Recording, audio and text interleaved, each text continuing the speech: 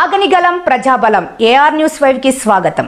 YSR Congress party అధినేత మాజీ ముఖ్యమంత్రి వర్యులు శ్రీ వైఎస్ జగన్మోహన్ రెడ్డి ఆదేశాల మేరకు శ్రీ సత్యసాయి జిల్లా పెనుగొండ నియోజకవర్గంలో మాజీ మంత్రి వర్యులు వైసీపీ జిల్లా అధ్యక్షురాలు శ్రీమతి ఉషా శ్రీచరణ్ ఆధ్వర్యంలో జరిగిన వెన్నుపోటు దినం కార్యక్రమం పెనుగొండ నియోజకవర్గ పరిధిలోని అన్ని ప్రాంతాల నుంచి భారీగా తరలివచ్చిన వైఎస్ఆర్సీపీ నాయకులు, కార్యకర్తలు, అభిమానులు కూటమి ప్రభుత్వ తీరుకు వ్యతిరేకంగా నినాదాలు చేస్తూ ర్యాలీ చేసిన వైఎస్ఆర్సీపీ నాయకులు, కార్యకర్తలు పెనుగొండ వైఎస్ఆర్ కాంగ్రెస్ పార్టీ కార్యాలయం నుండి ఆర్డీఓ కార్యాలయం వరకు ర్యాలీగా బయలుదేరి కార్యాలయం వద్దకు చేరుకుని అనంతరం పార్టీ శ్రేణులతో కలిసి ఎంఆర్ఓకి వినతి పత్రం అందజేశారు.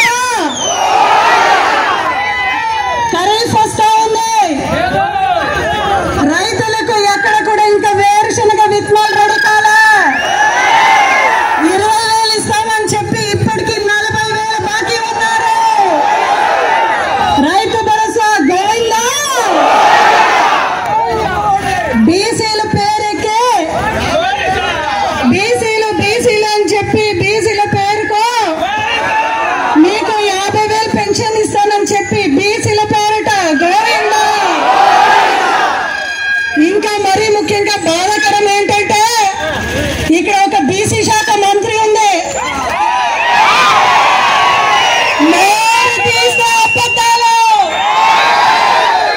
నోరు తీస్తే హాఫ్ నాలెడ్జ్ సవితమ్మకు గత ప్రభుత్వం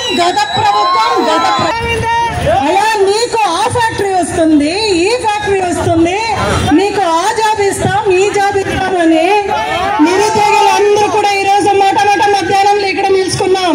నిరుద్యోగుల భృతి గోవిందా.